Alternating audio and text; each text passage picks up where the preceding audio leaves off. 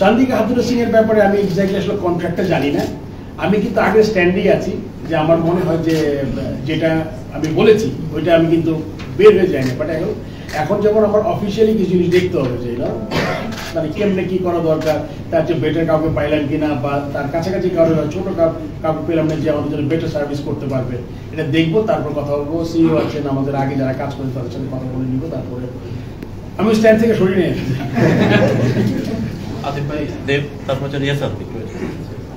আপনাকে সাকিবের ব্যাপারটা আসলে আপনাকে আমি বলেছি যে বোর্ডে কিছু পলিসি থাকে, এটা আমি আমার ডিরেক্ট সাথে আলাপ করবো যে আমাদের পলিসি কি হচ্ছে সাকিব আল হাসানের ব্যাপারে। আমি দিকটাকে বলেছি, তো এটা ইট ফলস ইনটু দ্যাট যে আমাদের বোর্ডের সাথে আলোচনা করবো যে সাকিব এখন যে স্টেজে আছে সেই স্টেজে গিয়ে সে কি ক্যান হি কন্টিনিউ। অবশ্যই ডিপেন্ড করে যে আপনাদের যে দুটি টেস্ট ম্যাচেস আছে তারপরে কি হবে, তখন বোর্ডের একটা পলিসি ম্যাটার হবে। কেননা আপনি চিফ সিলেক্টর কিন্তু একটা ইন্টারভিউ দিয়েছে, আমার কাছে ভালো লেগেছে। জিনিস লাইক পলিসি যদি তাকে যদি বোর্ড থেকে বললে দেওয়া হইতো, যদি ওকে নিও না, তাহলে কিন্তু পলিসি ম্যাটার হইতো। তাহলে সে দায়িত্বটা বোর্ডের উপর দিয়ে দিত যে না এসে বলেছে ওর সিলেকশনের বাইরে চিন্তা করো। কিন্তু যেহেতু ছিল না সাকিব ডুবে গেছে। এখন সাকিব বাইরে থেকে ঘুরে ঘুরে খেলতে পারবে আরেকটা ব্যাপার, যেটা আমরা খুব সিরিয়াসলি এটা দেখবো। আরেকটা কোয়েশ্চেন কি আছে যে চন্দিকা হাতুড়ে সিং এর ফিউচারটা, মানে আপনারা যদি এখন কোচ পান, যদি সামনে চ্যাম্পিয়নশিপ আছে, do you think that you will get into a new coach? Because আসলে এইটা তো আজকে এই মুহূর্তে এখনই বলা difficult. Let me just sit for 2-3 days or talk to my colleagues যারা আছে আমার সাথে, যারা লাস্ট এক্সপেরিয়েন্স কেকের লাইনে। কারণ একটা কোচকে যখন আনা হয় তখন নিশ্চয়ই আরো 3-4টা শর্ট লিস্টেড থাকে, কে অ্যাভেলেবল আছে, কে আসতে পারবে না আসতে পারবে, আদৌ আসতে পারবে কিনা, সেক্ষেত্রে আমরা ওটা চিন্তা করি। লোকাল কোচেস মানে do you find? Yeah very important. I mean local coaches মানে আমার মনে খুব ভালোভাবে আছে। দেখি এখন বাকিটা আই এম শিওর আমি আই শুড নট বি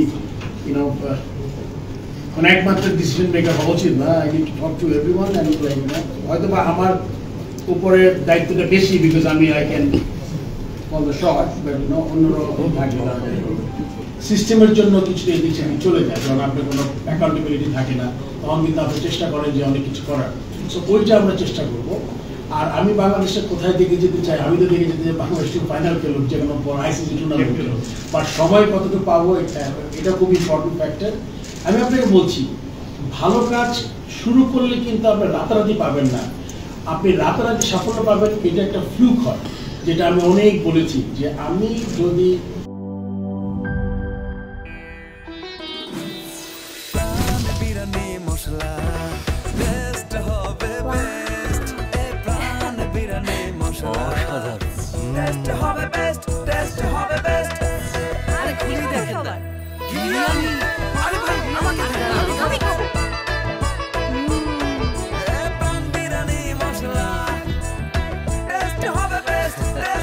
প্রাণ বিরিয়ানি মশলা, টেস্ট হবে বেস্ট। প্রাণ, জীবনের স্বাদ।